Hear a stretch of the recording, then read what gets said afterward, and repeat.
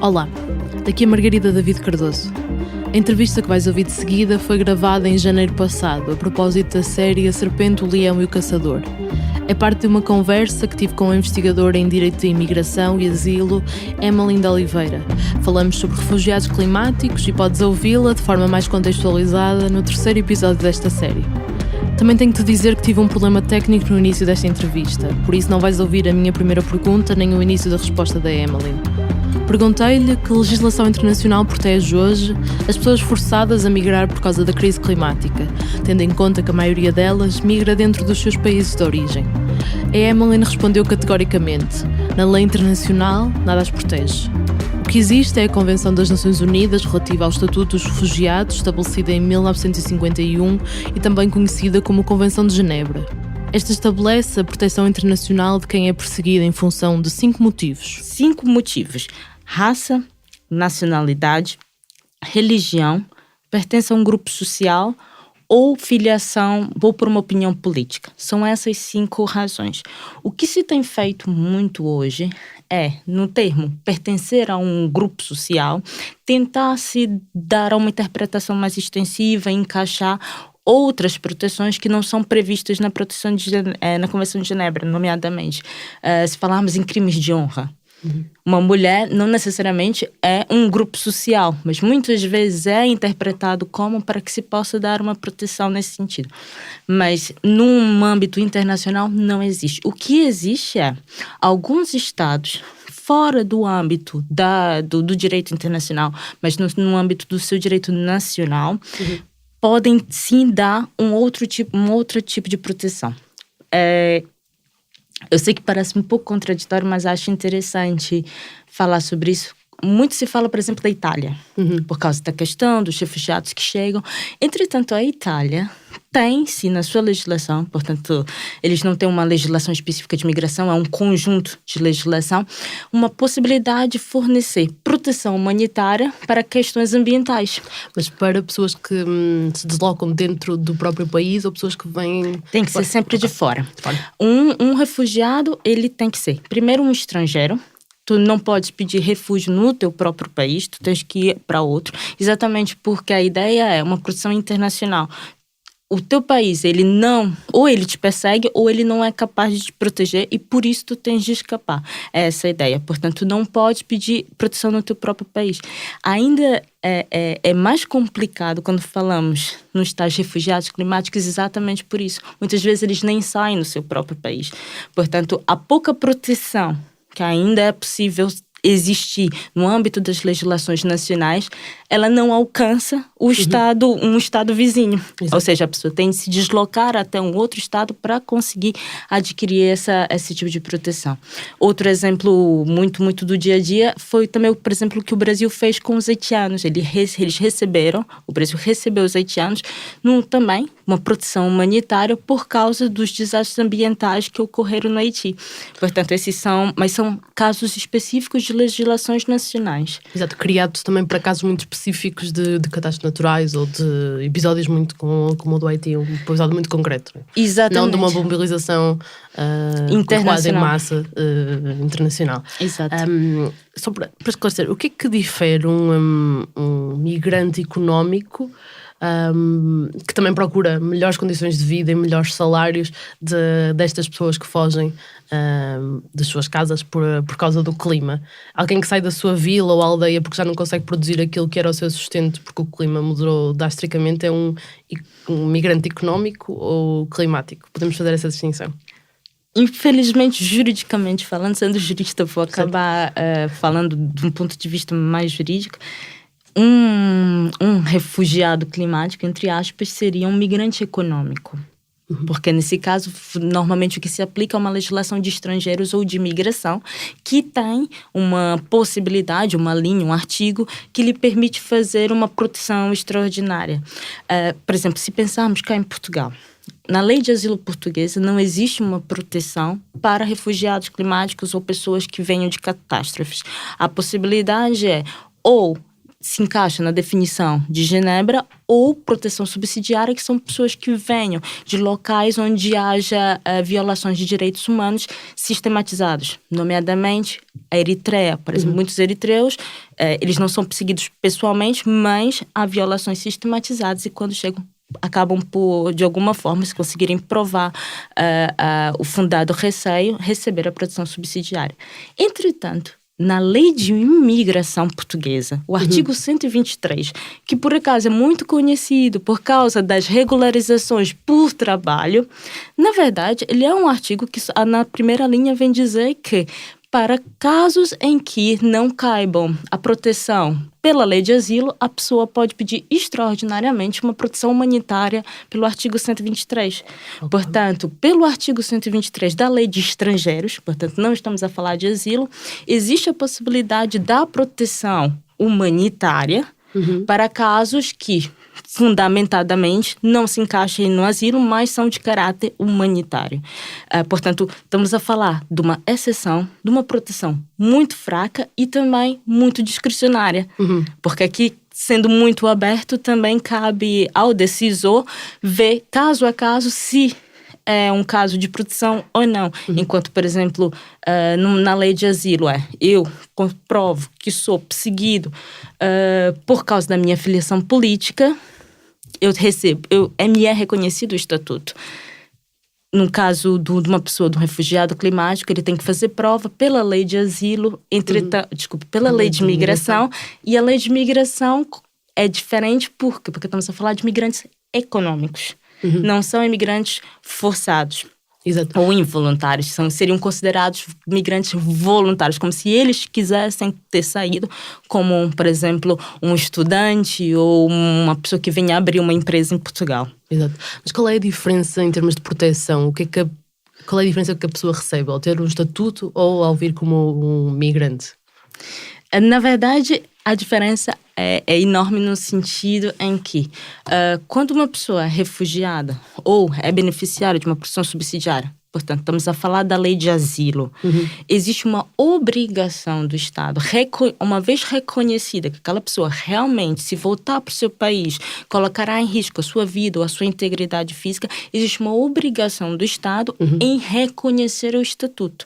É claro que depois se pode fazer uma discussão porque existem algumas cláusulas de exclusão, mas falando num cenário em que uma pessoa não cometeu nenhum crime grave, que não foi ela a perseguidora, falando de um contexto mais geral, nesse caso o Estado ele tem que proteger, porque uma pessoa ela é refugiada, tanto que se fala em reconhecimento, não se fala em dizer eu vou te dar o estatuto. Não se dá, se reconhece o estatuto, porque a pessoa já chegou como refugiada. O que ela tem que fazer é apenas prova de que está a dizer a verdade. Enquanto o migrante, não. Não existe um direito à imigração. Não existe um direito a entrar no outro território. Na verdade, o asilo é uma exceção. É para um caso muito específico de alguém que precisa de uma proteção e que o seu próprio Estado não consegue dar essa proteção. E é daí que surge também o princípio da não repulsão. Essa pessoa não pode ser devolvida. Exato. Por causa de questões de direitos humanos, vamos proteger a integridade e a vida dessa pessoa. O migrante não. O migrante, uma vez que não é perseguido, o seu Estado, teoricamente, tem toda a possibilidade de dar-lhe essa proteção. O outro Estado, ele não tem a obrigação de dar proteção a pessoas que não são seus nacionais. Ele pode ser recusado, digamos. Exatamente, ele pode ser recusado. Isso em qualquer circunstância. Mesmo uma pessoa, falando fora do caso de um refugiado climático, entre aspas, um estudante que venha para Portugal, por exemplo, usando o caso português como seu visto, ele pode ainda assim ser recusado na entrada no território português, porque ele tem uma expectativa de direito de entrar, ele não tem um direito a entrar. Se por um acaso o agente de imigração, por alguma razão, achar que aquela pessoa não vem estudar e que terminado o prazo do visto não voltará para o seu país, ele pode recusar a entrada. Não há um direito de entrada. Mesmo a Declaração de Direitos Humanos Humanos e a Declaração Europeia de Direitos Humanos, elas sempre falam do direito de sair, o direito de emigração. Qualquer pessoa tem o direito de sair do seu próprio país ou do país onde tem a residência habitual. Mas não existe o direito a entrar. Portanto, por mais incoerente que seja, existe o direito a sair, mas não tem direito a entrar. Eu só tenho o direito a entrar num país onde eu já tenho uma residência autorizada, se eu for estrangeiro, no caso, quem tem autorização de residência, ou que eu seja nacional. Certo. Ok. Eu vou ler uma citação. A migração e deslocamento podem ser os efeitos de curto prazo das alterações climáticas mais ameaçadoras das sociedades humanas. As pessoas podem decidir emigrar em qualquer um dos seguintes casos: perda de casa, perda de recursos vivos, perda de recursos sociais e culturais. Isto lia-se no primeiro relatório de avaliação do painel intergovernamental para as alterações climáticas em 1990, mostrando que a convicção de que milhões de pessoas terão que se deslocar devido à erosão da costa, inundações e queda de produtividade não é uma discussão nova. Desde então, sucessivos relatórios têm dito que a degradação ambiental, e em particular a crise climática, se tornarão num importante fator da deslocação das pessoas. Como é que nunca se avançou com a criação de um estatuto ou de um mecanismo que proteja estes deslocados climáticos, vamos chamar-lhe assim? Como é que isto nunca avançou? Nesse caso, o que eu acredito, nesse caso, uma visão bastante pessoal, exato. Existe uma falta de interesse político exatamente também pelo contexto em que vivemos. Quando falamos em liberdade de entrada, porque na verdade o asilo, se considerarmos realmente refugiados climáticos como refugiados, seria um direito a entrar num outro território porque eu preciso de proteção. Seria em poucas palavras, e faço as palavras dessa forma. Portanto, sendo uma exceção, é limitado. E sendo limitado, a ideia é que não se abra, porque senão vira regra. Muitas vezes, quando se fala em refugiados climáticos, sempre vem à mesa a questão: mas não se pensa em reformar a Convenção de Genebra, em se atualizar e talvez incluir outras razões. Eu acredito, e não sou a única, na verdade, uma das primeiras pessoas a falar sobre o tema foi o próprio Alto Comissário para as Migrações, que em tempos de aumento de extrema-direita, terrorismo, criminalidade grave, se sentarmos verdadeiramente todos os Estados para discutir e tentar reformar a Convenção de Genebra, há muito mais possibilidades de que venham a ser reduzidos o âmbito de proteção do que venha a ser alargado. Portanto, eu prefiro acreditar que é melhor que existam essas proteções nacionais, mas que exista alguma resposta, do que tentarmos, às vezes, pensar em algo internacional, que é bom, mas a verdade é que é irrealista, e acabarmos tirando a proteção de outros que também precisam. Por isso, não é que não se discuta, está na mesa, está nos debates, porque a questão climática é uma atualidade e é uma preocupação dos Estados, mas eu não penso que seja a curto prazo que se venha realmente criar um mecanismo, uma proteção internacional a respeito dessas questões, exatamente porque estamos a falar de fluxos maciços. Certo. Imaginemos, tivemos agora fluxos maciços por causa de conflitos. E a reação dentro da União Europeia, que já tem um espaço de liberdade, que teoricamente já tem uma coerência política, não foi possível manter essa coerência política. Imaginemos agora ao nível mundial. É mais complicado. Se juntarmos os Estados que assinaram a Convenção de Genebra com o protocolo adicional, estamos a falar de mais ou menos 147, 148 Estados. É complicado criar um consenso. Portanto, mais vale que, aos poucos, cada Estado crie a sua proteção, ainda que seja uma proteção mais falível em comparação à proteção dada pelo Estatuto de Refugiado, mas que exista uma resposta, do que depois não exista nada. Quem foge de um país por questões climáticas, normalmente deixa de ter condições no seu país para lá sobreviver. Em muitos casos, como quando estamos a falar do desaparecimento de zonas costeiras ou pequenas ilhas, pode nunca poder voltar ao seu país. É esta impossibilidade de regresso, que significa que o Estado que acolhe tem que assumir uma proteção por tempo indeterminado, talvez para sempre e para as gerações futuras, é isto que está a travar, ou é isto que também ajuda a travar uma solução a que esses países cheguem a consenso para acolher? Eu acho que tudo acaba por somar uma dificuldade ou algum receio em criar-se uma solução. Ora, se pensarmos, por exemplo, na patridia, o caso que deu é, se um Estado deixa de existir, as pessoas deixam de ser nacionais, porque eu preciso de um território para que faz parte da minha definição de nação. Portanto, um território com um povo, não tem território, aquele povo, teoricamente, perde a sua nação. Por isso, estamos a falar de pessoas que vão entrar no estado de apatridia. Ora, nós temos uma convenção contra a apatridia. Mas o que vem dizer essa convenção? Que os Estados devem fazer os maiores esforços para evitar a apatridia, mas sequer exige aos Estados que realmente deem a nacionalidade do seu Estado para pessoas que são apátridas. Por isso, imaginemos, e é uma convenção antiga, dos anos 90, e ainda assim, até o momento, não se foi alargado ou ainda não há maiores esforços para que deixem de existir pessoas apátridas no mundo. Por isso, pensar que em alguns anos existirão muitos apátridas significa também que muitos estados terão a permanência de uma obrigação de acolher pessoas que nunca foram seus nacionais e que também nunca tiveram algum interesse em que fossem. Sendo que falando isso de um ponto de vista jurídico, não de um ponto de vista político-moral. Exato, porque não há na lei internacional nada que obrigue estes Estados ao reconhecimento de pessoas apátridas. A questão é, existe a convenção, quem assinou tem de ter a legislação com os maiores esforços para que... Mas depois a questão é sempre sutil.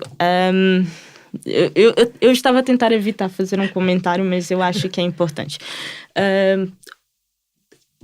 Eu estive em Bruxelas em julho do ano passado com o responsável por um grupo de estudos na Bélgica, junto também da Comissão Europeia, contra a apatridia. E um dos casos que debatíamos era... Isso foi num curso na Universidade Livre de Bruxelas. Um dos casos que se debatia era exatamente o caso português. Porque muitas das crianças, filhos de refugiados que nasceram em Portugal, algumas delas estão apenas com a mãe. Ora, em muitos países de origem árabe, nomeadamente o caso da Síria, a nacionalidade se herda pelo pai. É uma nacionalidade que se herda pelo sangue, mas apenas do lado paterno. Sim. Ora, uma criança de uma mãe solteira síria, ou que não tem um pai para fazer o reconhecimento da criança, ela não pode ser síria, porque a lei da Síria impede. Entretanto, cá em Portugal, o que se fazia? Registrar essas crianças como sendo síria, porque no direito internacional existe a possibilidade de se assumir uma nacionalidade. Sendo filha de Síria, existe jus sanguíneos na Síria, essa criança vai ser síria. Mas na Síria ela não é reconhecida. Só que não, porque ela nunca vai ser. Portanto, no fundo, é o que nós no direito dizemos. Ela não vai ser uma apátrida juridicamente, porque o Portugal está dizendo, não, essa criança é siriana, é síria, nesse caso, desculpa. Mas, de fato, ela é, porque ela nunca vai ter um documento. Entretanto, a falta de um documento vai lhe impedir toda a vida, porque quando ela for num consulado da Síria, ninguém lhe vai emitir um documento. Portanto, Portugal reconhece como uma nacionalidade que, na verdade, ela não tem. E nesse grupo de discussão, eles falaram que já se aperceberam dessa situação e que agora estão a tentar reverter o caso das crianças que se encontram nessa situação em Portugal. Mas estamos a falar de conflitos, ou seja, já deveria existir um procedimento muito claro quanto a isso. Agora imaginemos casos novos, como o caso das alterações climáticas. As respostas, elas normalmente chegam atrasadas relativamente às questões. desafio qual é o desafio para o legislador neste caso das alterações climáticas? Como é que isto se poderia resolver? Tu acreditas que mais do que uma solução internacional, por causa do contexto que existe neste momento, seria uma solução nacional da criação de instrumentos? Isto é um desafio grande para o legislador, para alguém que vai definir como é que um instrumento funciona. Eu acho que depende de que país e de que democracia e que estado de democracia estamos a falar. Por exemplo, se pensarmos em Portugal, se as autoridades assim decidirem, existe um instrumento dentro da lei de estrangeiros que lhes permite dar uma autorização de residência, nem que seja do ponto de vista da lei de estrangeiros, ou seja, considerando como um imigrante, mas existe um instrumento que permite receber essas pessoas e essas pessoas estejam em Portugal de forma legal. Mas aí, só uma pergunta sobre a lei portuguesa. Aí teria que haver, por exemplo, quase uma lista de países em que estão identificados ou de regiões em que está identificado um risco climático, ou podia ser caso a caso e novas situações podiam entrar? No caso específico da lei portuguesa, estamos a falar do artigo 123, que é um artigo que permite a concessão de autorização de residência extraordinária. Okay. Portanto, tem que ser o ministro da administração interna ou alguém que lhe delegar, que vai fazer a análise caso a caso. Portanto, se ele internamente decidir criar uma lista, ele pode, assim como ele pode não decidir fazer nada e realmente ser de acordo... As pessoas têm que fazer prova de que...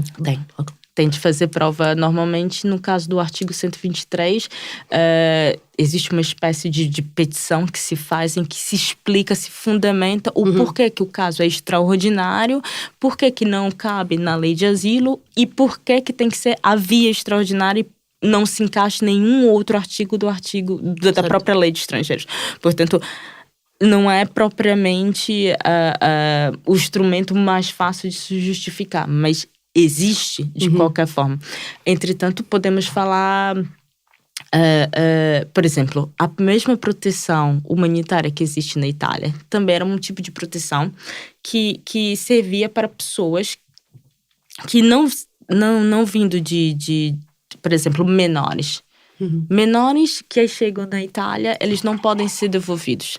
Mas isso também não quer dizer que essas crianças realmente consubstanciassem, portanto, conseguissem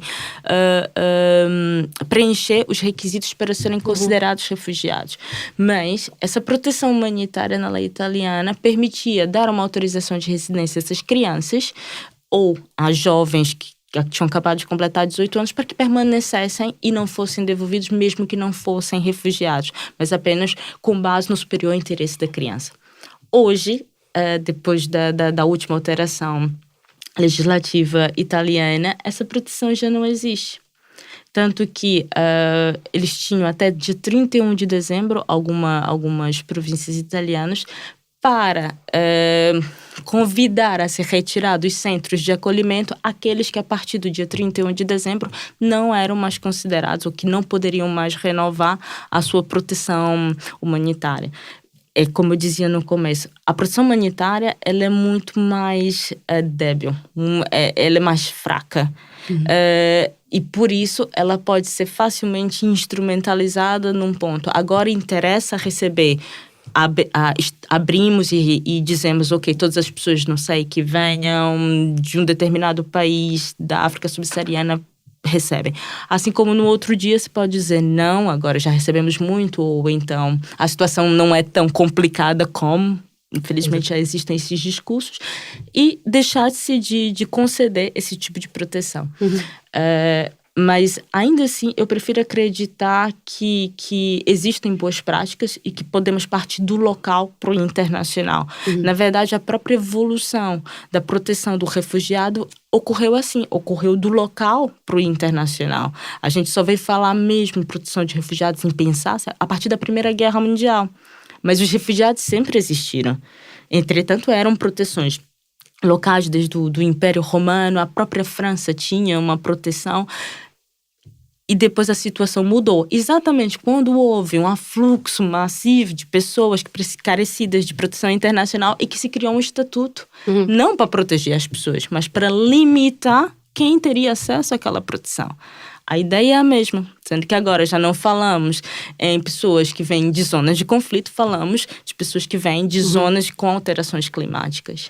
E também houve um grande gap temporal, não é? A Convenção de Genebra só chega em 51, tendo em conta que é um problema que vem desde a Segunda Guerra Mundial, passa aí quase uma década, ou metade de uma década, até que se resolva o problema. Exato. Voltando à questão de serem os Estados, não há também um risco de, se deixar isto à discricionalidade dos Estados e regiões? Eu queria dar um exemplo, falaste também do caso italiano de recuo na legislação. O Parlamento indiano, dando um outro exemplo de maioria hindu, aprovou em dezembro um projeto de lei que permitindo que os imigrantes do Paquistão, Bangladesh e Afeganistão que entraram de forma irregular na Índia possam pedir cidadania, desde que não sejam muçulmanos. Há uma cláusula ou seja, isto é só para pessoas não muçulmanas. À medida que mais e mais pessoas tiverem que sair das suas casas, atravessar fronteiras para países com religiões, culturas e sistemas culturais ou políticos diferentes, se deixarmos isto à discricionalidade do Estado, vamos poder ter mais estas situações que podem considerar-se de violação de direitos humanos. Voltamos para a resposta que eu dei anteriormente, do sentido que tudo vai depender que tipo de democracia, que tipo de Estado estamos a falar. Isso acontece, para não fazer comparações entre países em vias de desenvolvimento, mas isso acontece também entre países desenvolvidos. Por exemplo, o meu professor Francisco da faculdade, ele normalmente, quando fala em direitos fundamentais, dá sempre um exemplo que eu acho muito engraçado. Nos Estados Unidos, é muito comum que anões, portanto, anões, tenham como emprego aquele tiro do anão, que é colocar o anão dentro de uma espécie de arma gigante e arremessá-lo. Isso na Europa é impossível, porque nós temos uma Carta de Direitos Fundamentais que não permite, porque isso violaria a dignidade daquela pessoa. Tanto que na Europa, portanto, dos países que formam a União Europeia, né, especificamente, isso não pode acontecer. É um tipo de emprego que violaria a dignidade. E estamos a falar de, teoricamente, estados que teriam mais ou menos o mesmo nível de democracia. Por isso, podemos sempre correr esse risco, porque também vai depender das legislações. Mas ainda assim, ao meu ver, mais vale uma proteção fraca do que nenhuma proteção. Porque nesse caso, onde essas pessoas vão ficar? Essa questão. É claro, mas isso não quer dizer que eu não queira, ou que não seria o melhor que essa evolução, que essa proteção evoluísse e que abrangesse, que fosse internacional, e que hoje nós falássemos de refugiados climáticos como refugiados climáticos. Mas, infelizmente, elas vão sempre variar. Como é que achas que este estatuto devia ser desenhado? Ou antes disso, o que é que mudaria para estas pessoas com o estatuto? Que direitos é que lhes seriam, à partida, garantidos, que hoje não estão? Inicialmente, o da não-repetição. Portanto, eles não seriam devolvidos para um país imaginário, caso o país deles não exista, ou para um país que realmente não lhes dê condição de viver. A questão é essa. Essa seria, ao meu ver, a maior proteção que um estatuto de refugiado dá, em qual seja a razão que alguém se torne refugiado. É não ser devolvido. Portanto, ter os seus direitos garantidos. A seguir é o fato de ter uma autorização de residência. Algo que um migrante econômico, ele tem de fazer prova, tem de pagar para poder, depois de análise do Estado, saber se vai receber ou não. O que um refugiado teoricamente não faz. É claro que o processo inicial é mais complicado, porque ele tem que fazer prova, mas depois a proteção ela é mais firme. Apenas para critério de diferenciação, por exemplo, eu posso explicar um pouco melhor como funciona a proteção cá em Portugal. Nós temos uma pessoa que tem um estatuto de refugiado. O que ela ganha como direitos? Ela recebe uma autorização de residência por 5 anos. Essa autorização de residência é renovada à medida que a situação permanece. Ora, se eu venho porque sou perseguida por uma milícia, se eu venho para Portugal porque sou perseguida por uma milícia no meu país, ou a milícia deixa de existir, ou eu deixo de me sentir perseguida e volto para o meu país. Mas como estamos a falar de possibilidades muito raras, a pessoa continua. E como qualquer estrangeiro, hoje a legislação de nacionalidade portuguesa permite que depois de 5 anos com residência legal, a pessoa peça a nacionalidade portuguesa. Portanto, hoje, uma pessoa que tem um estatuto de refugiado em Portugal, basta ter uma vez que depois já poderá, depois de uma renovação, já solicitar a nacionalidade portuguesa e não se preocupar mais em ter autorização de residência. Em segundo lugar, nós temos a proteção subsidiária. Ora, a proteção subsidiária, não fazendo parte da Convenção de Genebra, ela já tem uma proteção um pouco menor do que quem tem um estatuto de refugiado. Portanto, quem tem a proteção subsidiária recebe uma autorização de residência em Portugal válida por 3 anos e a cada 3 anos é feita uma reanálise do caso. Por exemplo, cada 3 anos vão verificar se realmente a pessoa que está a cargo do governo, por exemplo, da Eritreia, continua as mesmas violações. Certo. Se um dia aquela pessoa deixa de lá estar, não há necessidade de se renovar a proteção. Portanto, estamos a falar de uma proteção mais fraca. E depois nós temos a proteção que mencionei do artigo 123 da Lei de Estrangeiros. Ora, já estamos a falar de uma autorização de residência por 2 anos e, nesse caso, a pessoa também tem que fazer prova que tem como se sustentar em Portugal. Enquanto nos outros casos não há essa necessidade, no caso da Lei de Estrangeiros já há uma necessidade de fazer prova também que, ok, eu vou considerar a proteção humanitária, mas sendo uma proteção como imigrante, tem que fazer prova que tem como se sustentar em Portugal, como qualquer outro imigrante. Exato. Querendo dizer que tem trabalho, que tem encontrado trabalho. Ou que está a estudar, ou que tenha rendimentos. Certo. Mas que tem que fazer prova que tem condições de cá estar. Isto é completamente especulação, mas aquilo que é aplicado ao estatuto subsidiário... Subsidiário do meio. Exato, do meio. Esses países como a Eritreia, isso é uma catalogação internacional, é algo que para Portugal considerar, por exemplo, que escolhendo o caso da Eritreia, tem um estatuto especial, as pessoas que vierem de lá, isso é algo que é definido a nível internacional? Não. Na verdade, o que existe é qualquer caso, qualquer pedido de asilo, ele deve ser analisado ao critério individual, sempre. Porque a ideia é sempre dar a proteção mais completa, portanto, o estatuto de refugiado. Tanto que se alguém chega no aeroporto de Lisboa e diz asilo, o processo vai se iniciar para os 2 pedidos, automaticamente, mesmo que a pessoa não peça, para o estatuto de refugiado e para a proteção subsidiária. A ideia é dar o estatuto.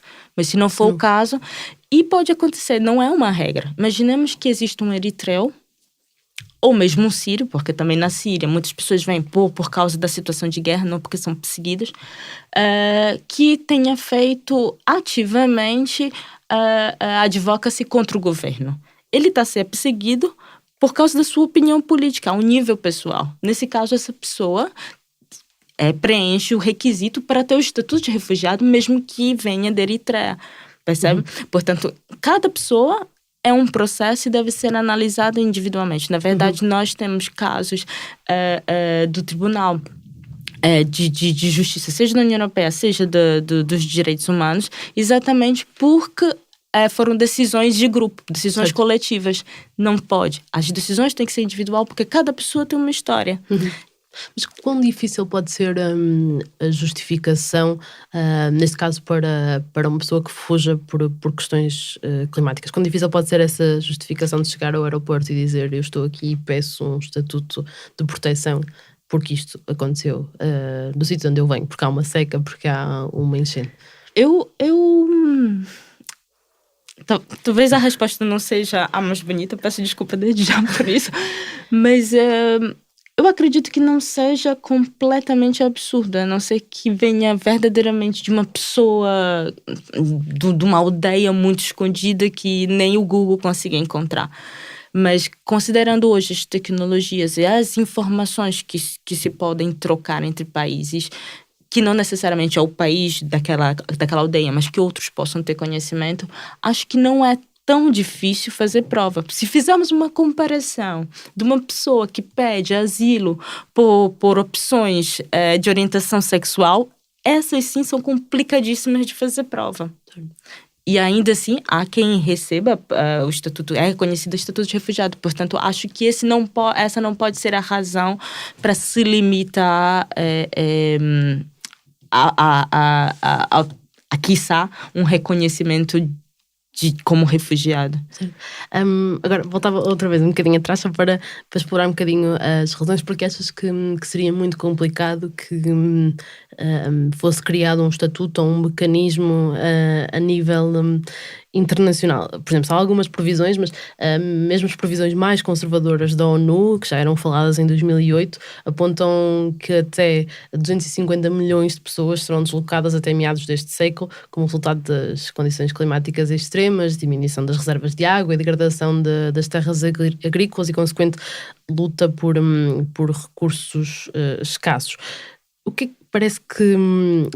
antes disso, o que é que significará ter estas pessoas todas em movimento ao mesmo tempo, ou num período muito curto, deixando para trás as suas casas? O que é que te parece também que será a resposta da comunidade internacional neste caso?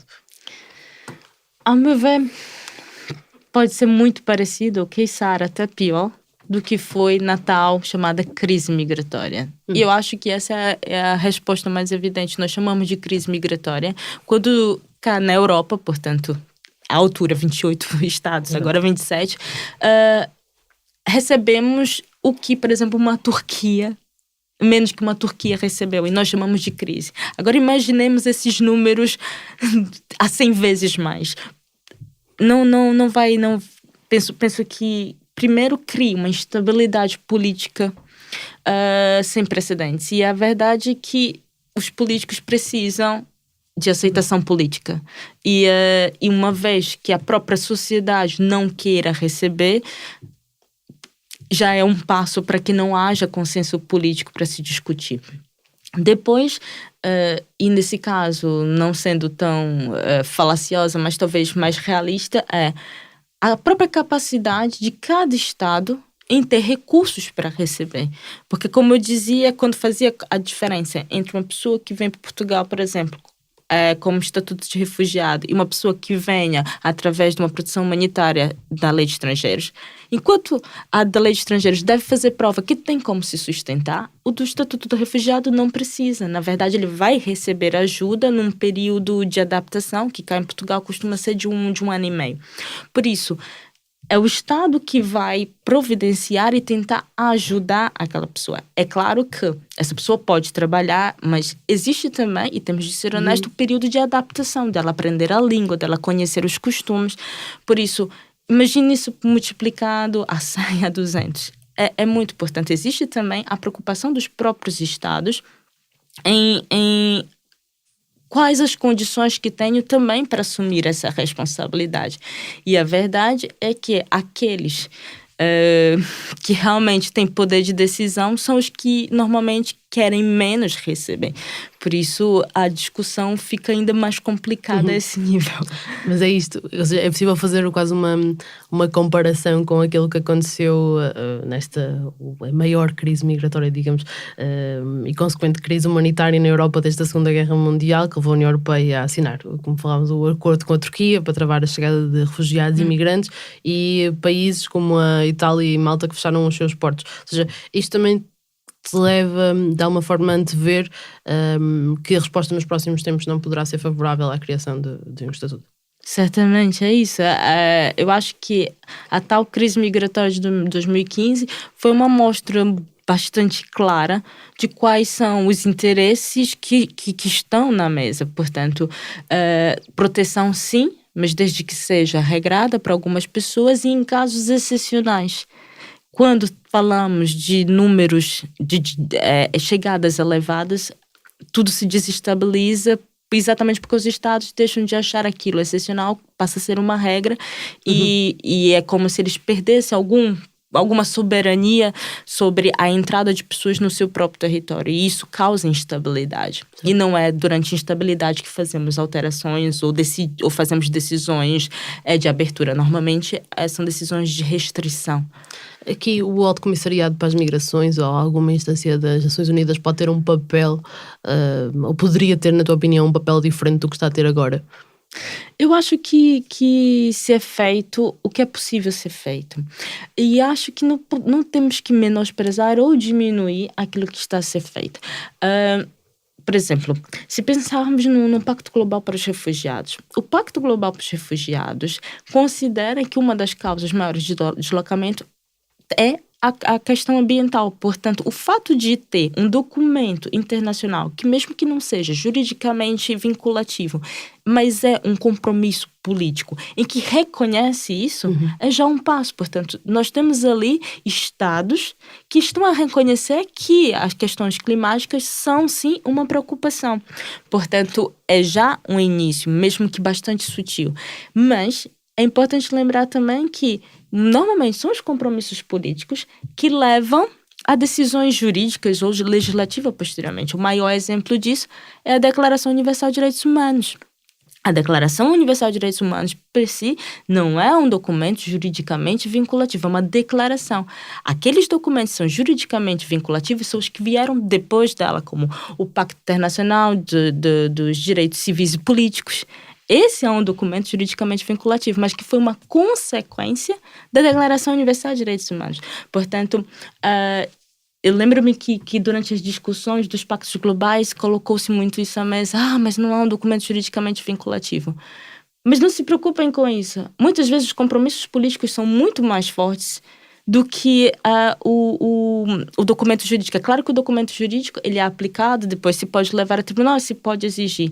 Mas eu acho que para o contexto que temos hoje, seja a nível nacional, a nível europeu ou a nível internacional, é já um bom início e acho que seja o Acnur, que no caso está a liderar o Pacto Global para os Refugiados, seja a OIM, que é das migrações, vão ter um papel importante e vão usar esse poder de barganha, de diplomacia, para tentar alcançar. Mas não vai ser aos gritos ou exigindo, porque a palavra final vai ser sempre do Estado. O que é a ONU? A ONU é um conjunto de Estados.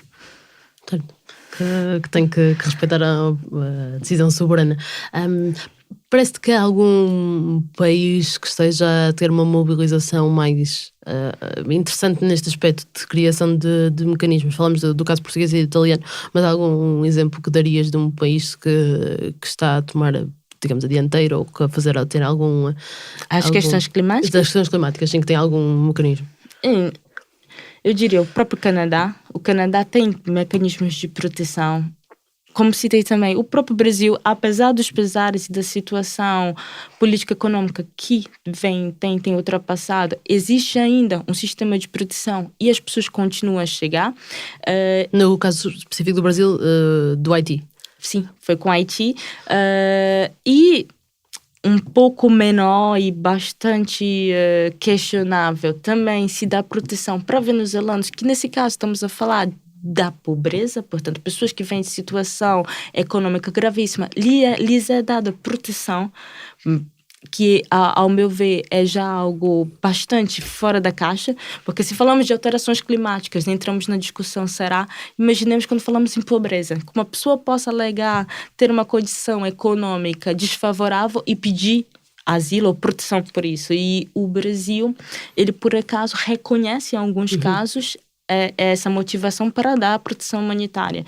Portanto, acho que nós temos muitos casos também relacionados a países africanos. Eu agora admito que já não me lembro se é a Libéria ou a Serra Leoa, teria de verificar, mas que tem um dos melhores sistemas de proteção para casos, seja de questões climáticas, seja questões da própria Convenção de Genebra. Ora, não podendo dar a condição financeira para aquela pessoa que carece de proteção internacional, o que se eles dão? Eles dão um pedaço de terra.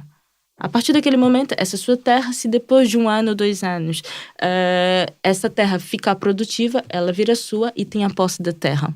Portanto, existem outras formas de proteção, outros mecanismos que, infelizmente, não são levados à tona. Quando pensamos em proteção, pensamos só em gastar. E normalmente esse discurso que se leva qual o recurso que um Estado tem para receber tantas pessoas.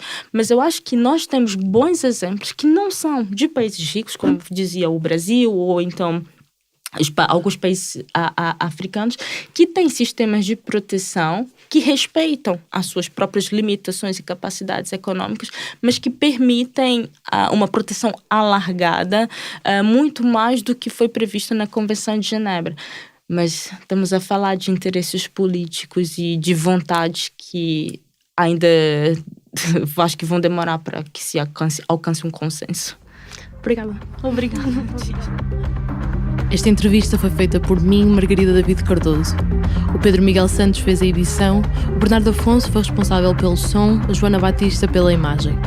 Fazem ainda parte da equipa Fumaça, Ana Freitas, Frederico Raposo, Maria Almeida, Moutafes, Nuno Viegas, Ricardo Esteves Ribeiro, Sofia Rocha e Tomás Pinho. Houve mais entrevistas, reportagens ou séries em fumaça.pt, no YouTube, Spotify ou na tua aplicação de podcasts.